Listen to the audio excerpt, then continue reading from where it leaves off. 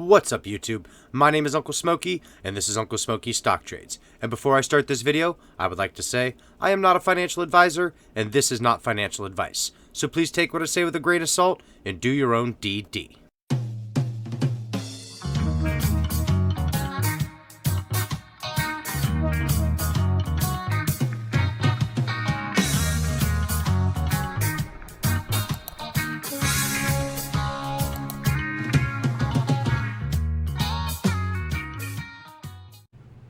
What's going on today, guys? So overall, the market today, not looking too hot. We had quite a bit of blood in the streets. Let's go ahead and just take a look at these indices as they go. So today, the SPY finished down 3.2%, the Dow finished down 1.97%, and the NASDAQ finished down 4.29%. This is creating the lowest low we've seen of 2022. We've been consistently making new lows throughout 2022, basically since it began, guys. And that's, of course, in the indices. Now, when we're looking at the overall indices, we also need to go ahead and move on out to the longer time frame. So, what we're looking at today is not the daily, it is the weekly. And the reason why I'm looking at that is because we want to see where everything is positioned. If we look at the daily, we see the same chart we've been seeing. The 50-day crossed underneath the 200, and we've seen a lot of blood. I mean, like I said, boom, boom, boom, boom, boom. And today we did break below that yellow line that I've had drawn up for quite some time now. We have not only opened but closed below that line. Absolutely crazy. A little bit worrisome as far as it goes, and that is, of course, on the SPY. But if you look at the week, what's still very interesting is we've just recently, over the last couple of weeks, broken down below that 50 MA. Now, remember, the MAs move as the time frame moves. So this is 50 candlesticks. This is 200 candlesticks. And as you can see, this is the COVID dip where it dipped and then bounced. And we have been on a tremendous bull run since COVID right here. This day, or this week, 3/27 to 2020, which was the end of March, crazy bull run. So to see a pullback like this, in all honesty, isn't that major. If we ultimately draw up our Fibonacci retracement, like we've been doing, can't do it, it's too low. Dang it. There we go. Now we can draw up our Fibonacci retracement. From there to there, we've barely retraced on this crazy bull run.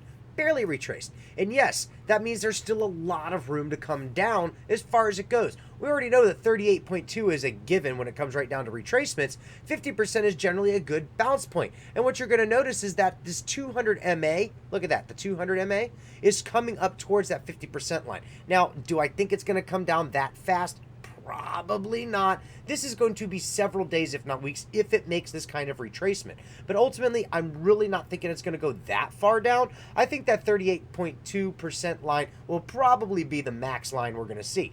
And I'm going to get to the reason why here in a little bit. Dow. Here is the Dow on the daily chart. And as I had said before, we've got this breakdown of the orange line. But what's important to notice is that we really were able to retrace back up to a previously comfortable level. It's not like we pulled all the way down and stayed all the way down. There was a lot of pullback, and here's what I mean by a previous level. If we look at our line right back here, we caught and held right back in this area. And ultimately, again, that is what we're looking for. Yes, I understand. We can come all the way down to here, and ultimately, this is the bounce point that I'm looking for on this chart. Again, we're on the daily chart, but if we go to the weekly chart, a little bit different of a story. Got to get all this stuff out of the way now.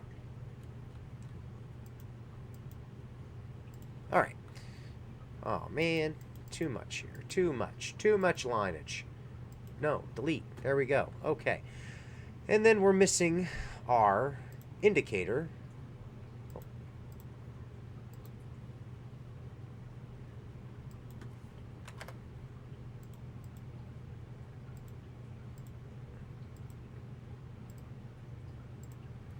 All right. So as I had said, just like on the SPY, you're seeing this just recently over the last couple of weeks break down below that 50 MA, and you've still got a long way to go to that 200. Do I think we're going to go that far down? No. Again, we'll draw a Fibonacci retracement up from the pandemic to now. Pandemic to now, and look at where it's sitting at. 23.6% retracement. Pretty similar to the one before that, right? There's the SPY again. SPY just breaking below that. And you'll also notice that I drew this line up long before I ever had a Fibonacci up here. That line's pretty close to there, isn't it? Here's the Dow. Again, 23.6 is where it's at now. Now here's the NASDAQ. Here is the most interesting one. The big dropper of the day, the big dropper ultimately of the year. The NASDAQ is reaching lows, such bad lows. Take a look at where this is at right now. Now, here was my worry point. I had said that this orange line right here was the break below where our first major run-up from COVID was on the NASDAQ, before it made its first big dip, its first 23.6% retracement. Well, here it is now at that level and broken below it. Unfortunately, this is the one-day chart. But, again, we're going to go out to that longer time frame today. We're going to look at the 1 week chart. So when you're looking at the 1 week chart, ultimately what you want to be paying attention to, first and foremost, I do have a Fibonacci drawn up here, is where it's sitting. It is currently sitting at the retracement from the top of the Fibonacci, which we know of already. But let's extend this Fibonacci. Let's bring it out, just like we did all the rest of them. So as you can see here, this is telling a lot different of a story compared to the other ones. What did I just recently say? 50% line is a very crucial level for the indices to bounce. Look at where the NASDAQ is currently sitting. It's currently sitting at the 50% retracement line from this level right here, which is COVID, guys. I do firmly believe the NASDAQ is getting ready to make a bounce. And here's another reason why. I always do like to look at analysts. Oh, look at all that blood. Look at all the blood in the streets. When there's blood in the streets, right? Well, here it is. Tons of it. Start your buying spree whenever you're ready, people, because this thing is going to bounce soon. Whenever the markets are down like this is a perfect opportunity time not to run and hide, not to be scared, but to be more fluid in your conviction. This is a time where you should take that extra funds that you may have and put it wherever you want in the market. In all honesty, if you're convicted in any company, any stock, at this present moment in time, there is no better time to invest than now. All right? There's a philosopher that had said the best time to plant a tree was 20 years ago. The next best time to plant a tree is right now. And here's your chance. Here's your opportunity to plant that tree. There are so many stocks that have seen major retracements over the last couple of weeks that you can just simply hop into right now, and you are guaranteed, 10 to 15, 20% upside over the course of the next couple of months, let alone years of positive investment. And that's not just metamaterials. So there's my rant for the evening, I think. Maybe not. Anyway, here's what I was talking about. So this is coming out of Bloomberg. Stocks will be in a bear market until a one-day 5 to 6% drop, Gartman says. This is coming from Dennis Gartman, Bloomberg analyst. And he is basically saying it will be a violent, harsh downward movement. And we have actually seen that over the last couple of trading days. Violent, harsh, downward movements. And he's saying that it's going to happen in one foul swoop. Again, I think we just saw that, guys. I firmly believe that the NASDAQ is getting ready to make a bounce, which if the NASDAQ is getting ready to make a bounce, that means we're getting ready to make a bounce. And we also want to take a look at the futures while we're sitting here talking about the overall market. Futures looking pretty hot right now. Let's go ahead and hit refresh, even though they live update. 52% or 52 points up. The Dow or the S&P is up 5.75 points. The NASDAQ's up 27.5 points. And the Russell Mini is up 3.7 points. I know. That's not a whole lot. Nothing to even get excited about. But when we've seen a lot of red lately, that's a lot to get excited about. Right now, it's implying a basically flat open. I'll take flat any day of the week, to be honest. So now that we've talked about all of that stuff, let's go ahead and talk about some meta. So as we know, the markets, they were shit today, but not freaking metamaterials. Look at this, guys. We finished up 3.42% on 4.5 million in volume.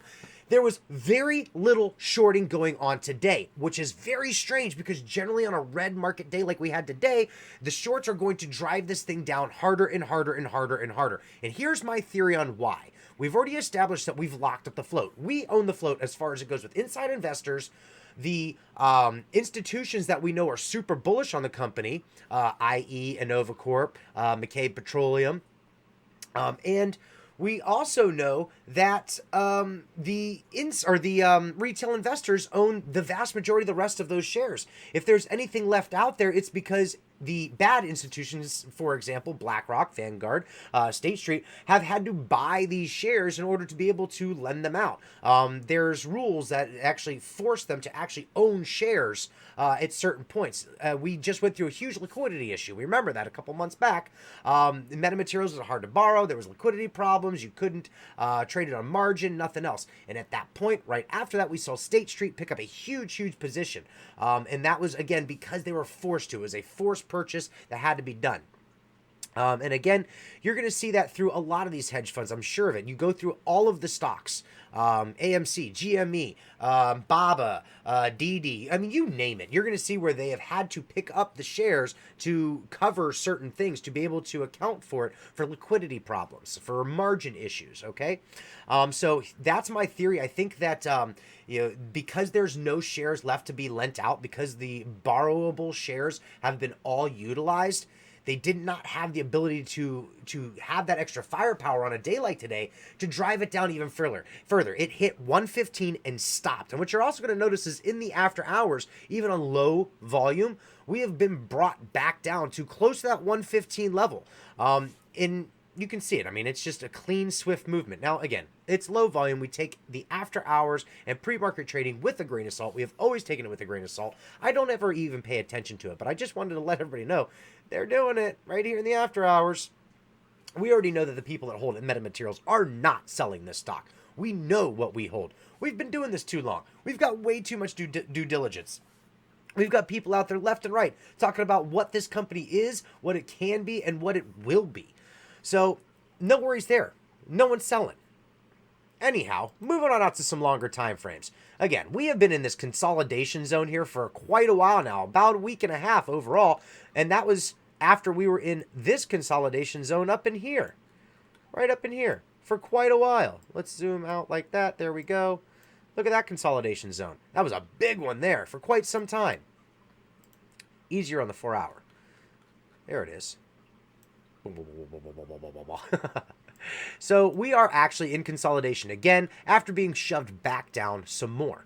Moving on out to the 1 day, not a whole lot of difference there. However, we do want to take note that we have got the, looky there, MACD mounting the signal line now, and another green bar on the histogram with the RSI hooking up today. And then moving out to the 1 week, even more interesting. The only thing we really pay attention to on this really long time frame is this stuff right in here. This is important to us right now. All of this, mumbo jumbo. We know it's red. It's been red for a while. Histogram bar, bigger green. MACD separating from the signal line, hooking up. I don't know if you can see it, but it's hooking up. And the RSI bouncing off of that oversold area, hooking up. This is extremely bullish, guys. This right here is what I was talking about in my last video. We need to see the separation. We need to see the hook up. We've got the hook up. It's right there. Oh, I'm excited. With today's price action, the way it moved today and against the market, you can't help but be excited. I mean, you can't, because it didn't just trade against our market. It traded against the whole world's market. There was only about 1,500 stocks that actually gained today, and we were among that list. There was only, I think it was 500 stocks that stayed in the positive the vast majority of the day. When vast majority, I mean 6 hours of the actual trading day stayed in the positive, and we were amongst those stocks. That's pretty damn amazing, guys, to be able to say that. Now, again, we need to take this lightly. We are still trading at $1.15 to $1.20. So it's not like we've got all these major fireworks going on. It's just great to know that we've been able to hold our own. We were able to basically step on a stair step. We stepped on a stair step to base ourselves in a horrible market condition. I mean, a horrible market condition. So I'm pumped about that. That alone just made me huge today. I wasn't even going to put a video out today until I saw that when I got home. I'm like, wow. So I was pumped. Yeah. All right. So moving on. Let's stop talking about the ticker. Let's get away from the charts. Let's move on to the other stuff. Ortex. So Ortex, let's hit refresh. See if any data refreshed. Nothing.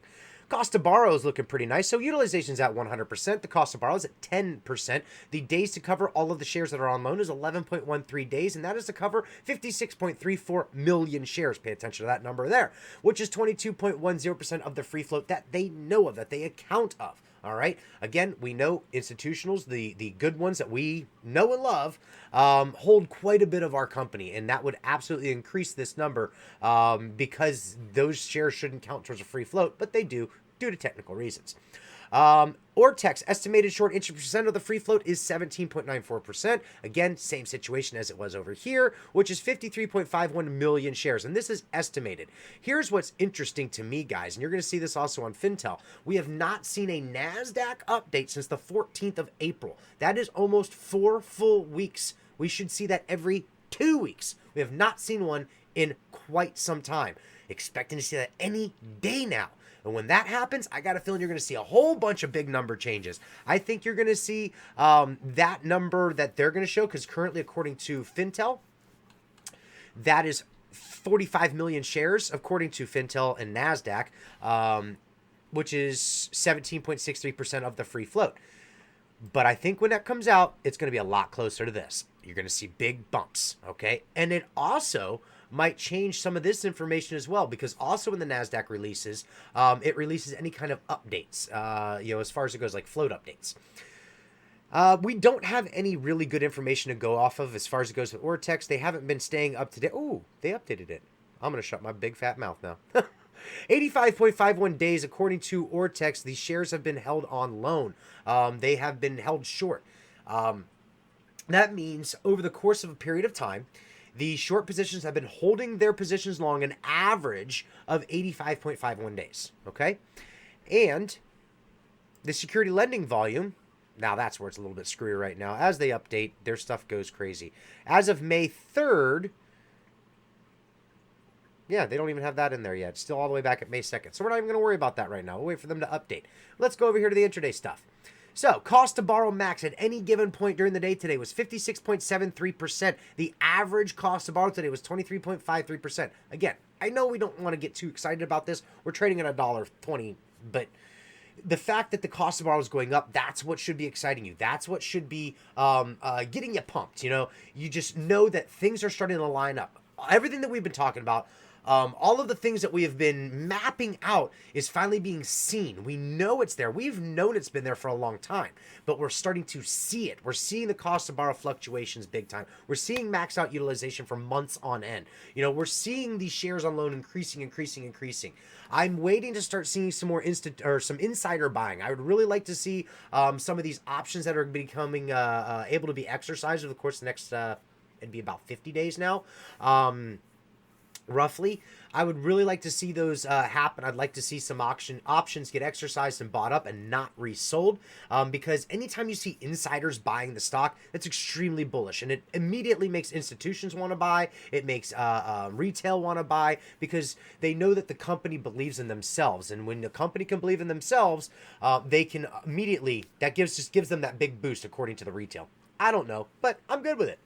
I'll take that FOMO any day. All right, so Fintel, 90.18 of the 100 in the percentile range, 86 out of the 5,500 stocks that are on this list. There is, as of 12 hours ago, let's hit refresh. Let's see if this updated. Nope, 13 hours ago, 50,000 shares available to be shorted into the market from a leading prime brokerage. We use this as a gauge. We could assume that all of the leading prime brokerages are going to be in this ballpark range as far as it goes. But I happen to know that Fintel uses one of the bigger brokerages. I do believe it is, no, it's either Citadel or Virtue. I can't remember which one, but it is one of the bigger ones. I still say it's Citadel.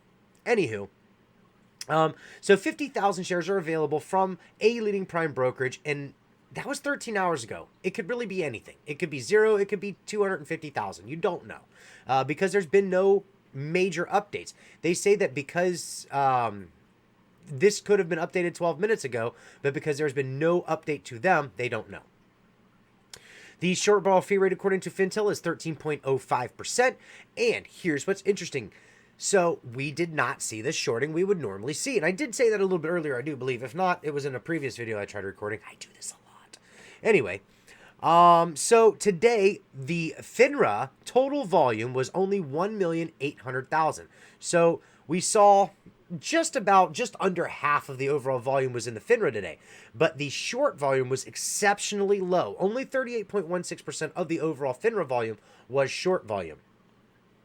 And again, I want to point out down here how we don't have any update on our fails to deliver from last time on how the, keep going. Nope, not there. Right there. How NASDAQ has not updated in a while. Publication date, settlement date, 14th. Publication date is 26th. We haven't seen anything yet. We need to see it. It should be coming up any day now. It's been almost a month since we have seen a settlement date. Anyhow, moving on. Let's see if we got an update on Chart Exchange. They seem to update faster than Fintel. Nothing yet. Anywho, so it's showing that as of right now, about 40% of the overall volume was short volume, but we don't have any of this information yet, and I'm not looking for that to be crazy high as either. Again, I think the sentiment is changing, number one, and two, with the lack of shares available to be borrowed, to be lent, they're not going to have the ability to just drag us down like crazy anymore. They've done enough. They've beat it down as much as they possibly can, and I think they might be realizing that they cannot shake us. We, the MetaFam, they can't shake us. Moving on. Here's what's great. So, Unusual Whales puts out their weekly earnings stuff, right? And this was put out this morning, and we're not on it.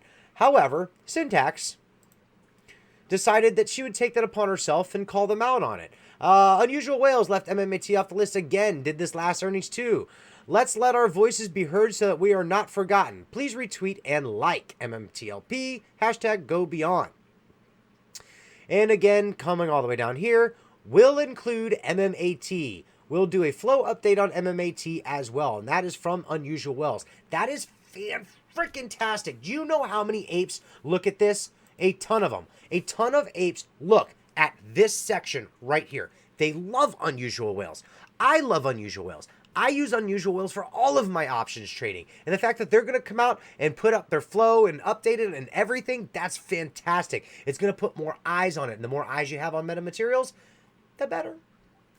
All right, so finally, last but not least, the flow of it all. This is the Unusual Whales flow, and there's been a couple of great things happening. What you're going to notice is the vast majority of the flow from today was extremely bullish. There are some bearish bets, but in all honesty, there's not a whole lot going on here. We have not seen a whole lot of major options action happen on a daily intraday basis, and that's why I haven't been covering a whole lot of it lately. You will happen to notice, though, there has been some sweeps and some bearish calls being put out there, but not to worry again. The open interest right now on the options exchange is pretty low. You won't start seeing major options movement until you start seeing major movement in the stock. That's what drags the options traders' attention, is the movement in the ticker itself. So with that being said, that's all I got for you guys tonight. Like, subscribe, and do what you got to do to make sure these videos are going out to where they need to be. Also, just keep in mind that we're always looking to the futures. We're always looking to the indices before we start making any rash decisions on our tickers themselves. Peace, guys.